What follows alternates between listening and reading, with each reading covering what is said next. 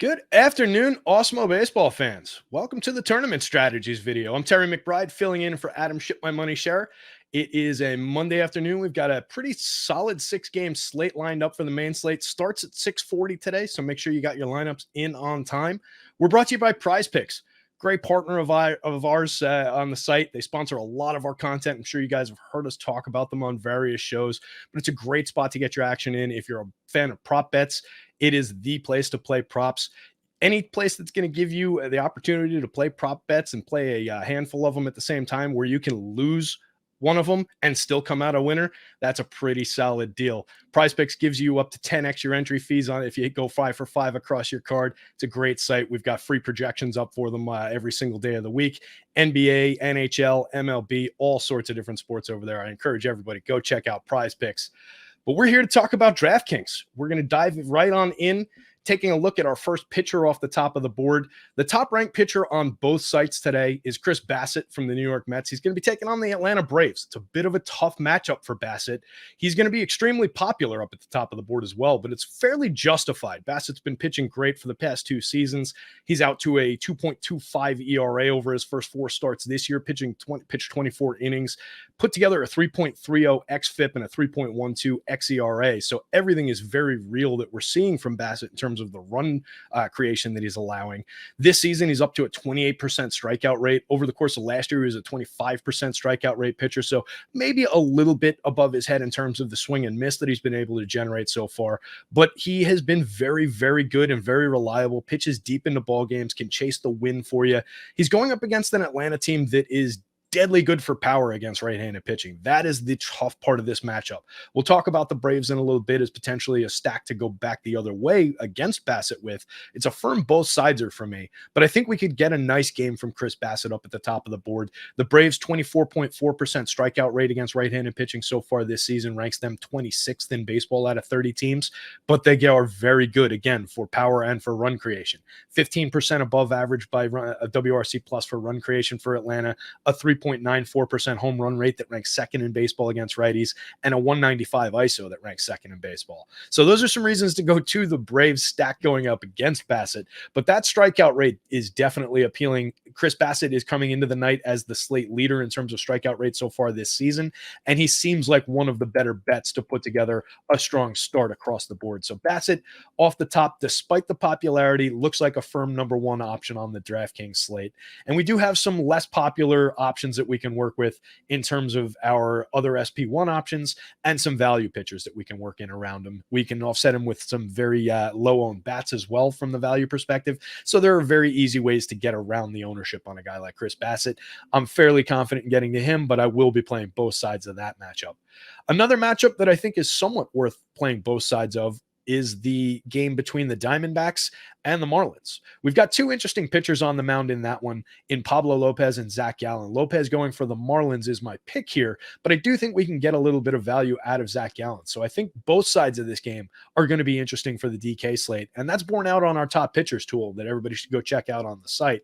Pablo Lopez ranks second in terms of our probability of being a top, second in terms of our probability of being a top 2 pitcher with a 29.9% probability against a 30% ownership projection. So he's efficiently owned for 10,000 going up against a fairly weak Arizona lineup. Zach Gallen on the other side of this one is a $7,600 value pitcher going up against a relatively weak Marlins lineup.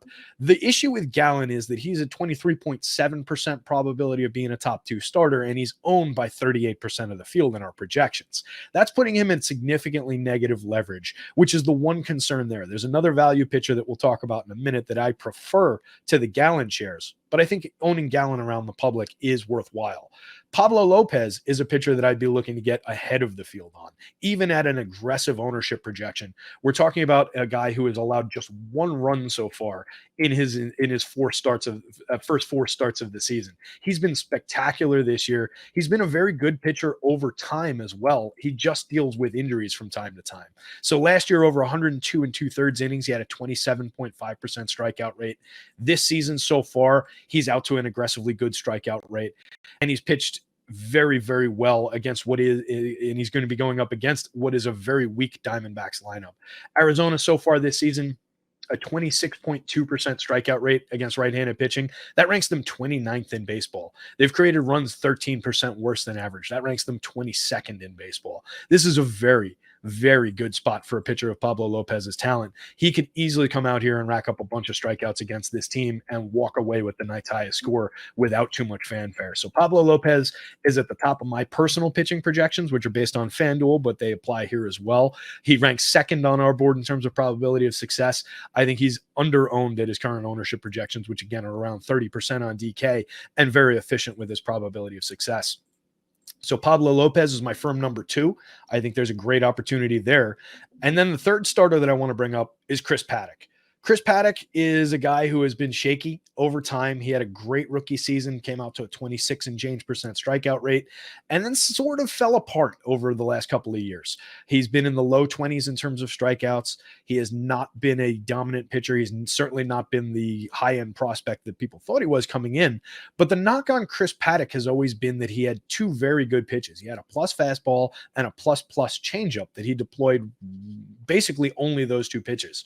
The Twins, since he's come over to Minnesota at the start of this year, have reminded him of the importance of throwing more than just 2 pitches, and they've taught him how to throw a pretty good curveball. He had a weak curveball that was a 40 grade in traditional scouting coming up through the system, and he just stopped throwing it when he was with San Diego. So now that he's with Minnesota, they've got him throwing the curveball again. It's his second most used pitch, and he's getting swing and miss. He's throwing an effective curveball, which completely changes the nature of who Paddock could be as a pitcher. He's still in the low 20s in terms of his strikeout rate. The strikeouts have not really caught up to the boost in talent, 21.7% strikeout rate. But something that he's always been very good at is keeping guys off base. He does not issue many walks. 1.7% walks so far this year is obviously stellar. Probably some regression in line, but below a 5% walk rate, even with his struggles over the past 2 seasons, a 5.5% walk rate when he was excellent in 2019. So there's a lot to like about Paddock and his ability to limit offense against. He has a 3.68 ERA so far this season, but a 2.12 expected ERA and a 2.80 expected FIP. That's excellent over his first 14 2/3. And he's going to be going up against a fairly weak lineup here. Tossing Paddock in against the Baltimore Orioles, and if you're a season-long player, I actually like him for both of his starts this week. I think you can get away with a nice 2-start week out of Chris Paddock here.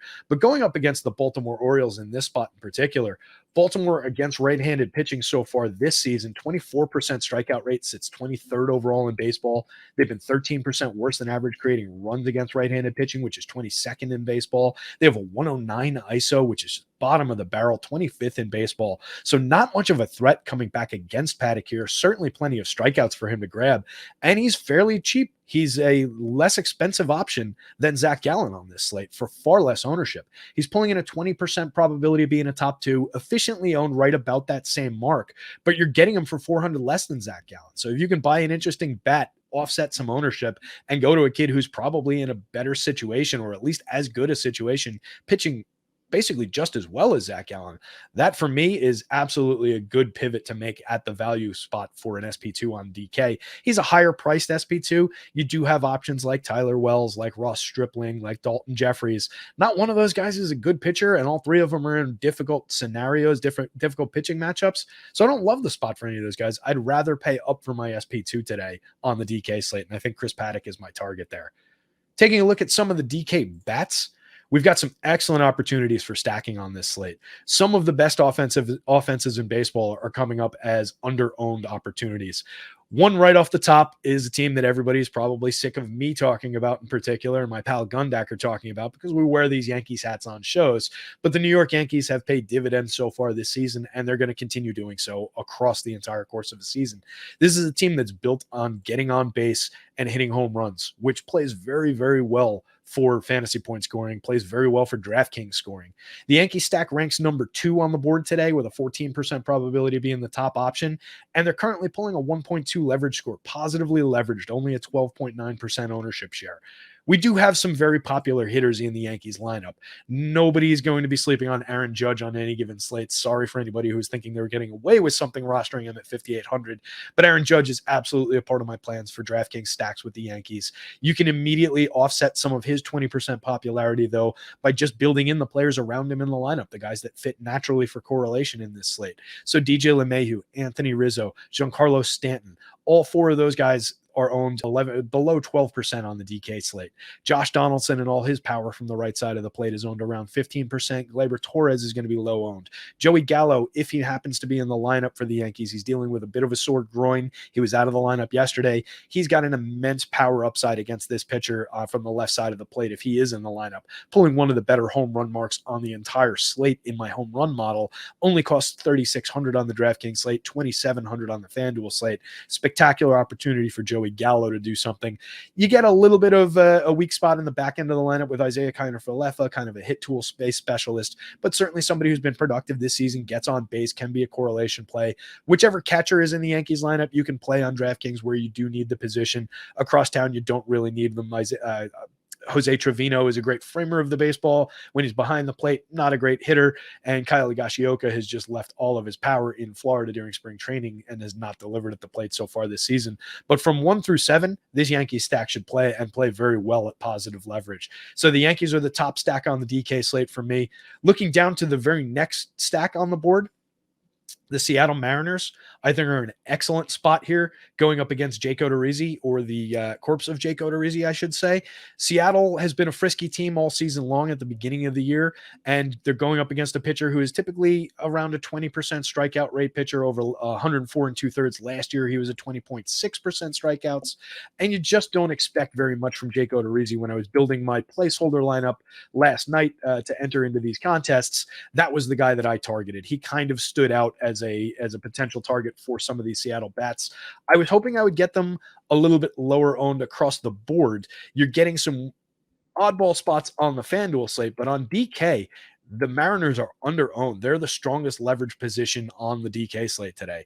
So you're getting everybody on the team under 10% popularity, and that's caused by some oddball pricing. Ty France, for the great start that he's had, is now priced up to $6,000 on the DraftKings slate.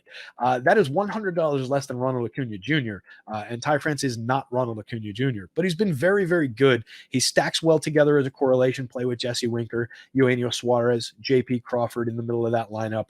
Adam Frazier up at the top of that Mariners lineup, under 10% owned, is a bit of a price offset. All four of the guys in the middle that I named are priced over $5,000. The average from 2 through 5 in that lineup, the average salary is $5,500 with Ty France included, but they get affordable again at the back end of the lineup around Abraham Toro, around Julio Rodriguez, around Jared Kelnick. So you do have some options to offset price. None of the Mariners bats are popular, and going up against a targetable pitcher like Odorizzi, you have to love the upside for stringing together some of these Mariners bats. I really like how they're priced on DK, where it's keeping some of the popularity down on them. They're our number 3 stack on the board, and they are our biggest leverage score on the DraftKings slate. So the Mariners are a very strong target for me on this one for DK. They are the number 2 team on the board here. The number 3 team that I want to talk about, the last stack on the board, is another one of baseball's elite offenses. It's the Atlanta Braves. They're a little bit further down the board. They've got a 6.1% probability of being the top stack on DraftKings. That aligns fairly well with everybody who's not the Yankees, the Mariners, the Twins, or the Astros. Everybody else comes out fairly even. What I like about the opportunity for the Braves here is that they're very positively leveraged, and they're one of the best teams in baseball for power. They're going to be going up against, excuse me one second. This click didn't work here. Damn it. They're going to be going up. The Braves are one of the best offenses in baseball. They're going to be going up against Chris Bassett, who we just talked about at the top of the show as being the top pitching option. But what I like about the Braves is that everyone on the team is owned under 5%. We get a hitter like Matt Olson, one of the best lefty power bats in all of baseball, going up against a very talented pitcher in Chris Bassett, but with 41.9% of the field projected to own Chris Bassett. That's a good position for leverage when you can draw some of the best power bats in baseball going up against that much public popularity. I will have plenty of shares of Chris Bassett. I also want to be ahead of the field on Braves bats. Ronald Acuna Jr. is one of the best hitters in all of baseball. Austin Riley has had a tremendous year following up a great year last year. Marcell Ozuna, not my favorite person in the world, but he's cheap at $4,500 in the middle of that lineup.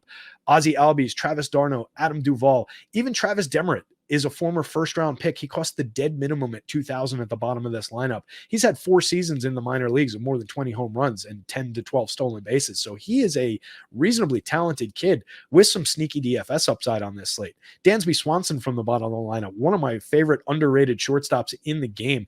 11.4% barrel ball rate, 42.4% hard hit last season, 27 home runs. Slow out of the gate so far this year for Dansby Swanson, but we like the upside, and he only costs 3,100 as a sneaky wraparound play.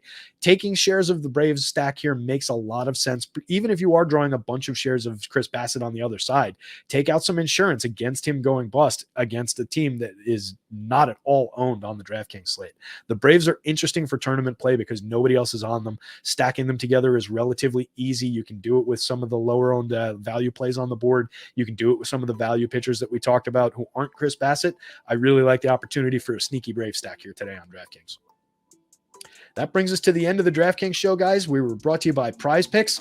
I wish everybody a lot of luck in their tournaments tonight. Somebody go out there and win something on DraftKings.